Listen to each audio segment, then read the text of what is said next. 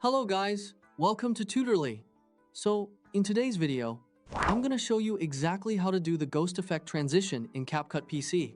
This is a simple but really eye-catching effect, and it works great when you want your edit to feel more dramatic, stylish, or cinematic without using any complicated tools. If you want to create that cool cinematic look where a duplicate of your video seems to pull away, expand, and fade out like a ghost, this is a very simple way to do it. You might see this type of effect in music edits, sports clips, gaming videos, fashion reels, dramatic scene transitions, or any moment where you want to add extra impact.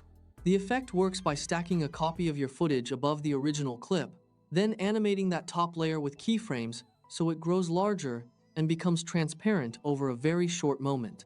Basically, the bottom clip stays normal, while the top duplicate creates the ghost movement on top of it. The result is smooth, stylish, and perfect for dramatic edits. It can make a simple cut feel more polished, and it also helps draw attention to a specific movement, pose, beat drop, or transition moment in your video. To begin, go down to your timeline and click on the video clip you want to use. Once it's selected, copy it with Ctrl+C, then paste it with Ctrl+V. This creates the duplicate layer that we need for the effect. So make sure you are copying the exact clip section where you want the ghost transition to happen. After that, take the duplicated clip and drag it straight up onto a new track lane directly above the original footage. Keeping it above the original clip is important because that top layer will be visible over the main video and will become the animated ghost copy. This part is important because the top clip will act as the ghost overlay. Make sure the beginning edges of both clips line up exactly. If they are even slightly off, the effect won't look clean, so take a second to align them perfectly. A good tip is to zoom into your timeline if needed, because even a small timing difference can make the duplicate look delayed or messy. Next, place your playhead at the very first frame of the top overlay clip. With that upper clip selected, go to the top right Properties panel, then open Video and Basic. This is where you can control how the selected clip looks, including its size, position, and transparency. Here, you'll see settings like scale and opacity. Click the small diamond icon next to scale, and then click the diamond next to opacity as well.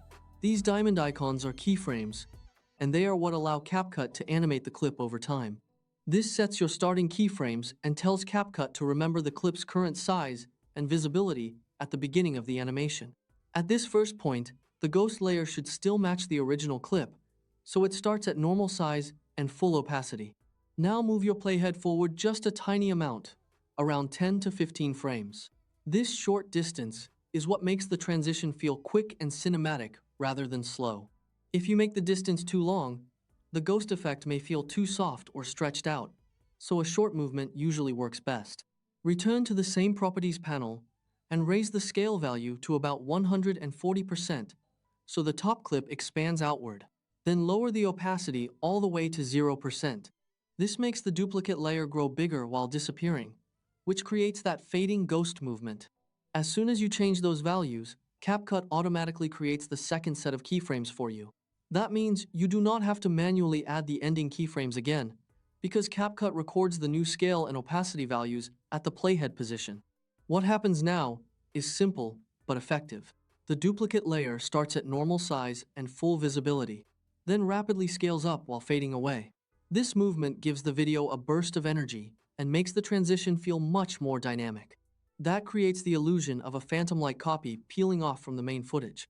It almost looks like the subject or scene is leaving behind a quick visual echo, which is why this effect works so well for beat drops, action moments, reveals, and dramatic cuts. And that's it. You've created a classic twin-layer duplicate animation using simple scale and opacity keyframes.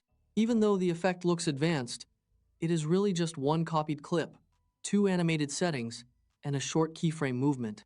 Preview it a few times to make sure the timing feels right, and if needed, slightly adjust the frame distance for a faster or softer ghost effect. If you want it to feel sharper, keep the keyframes closer together. If you want it to feel smoother and more dreamy, spread them out a little more. Done.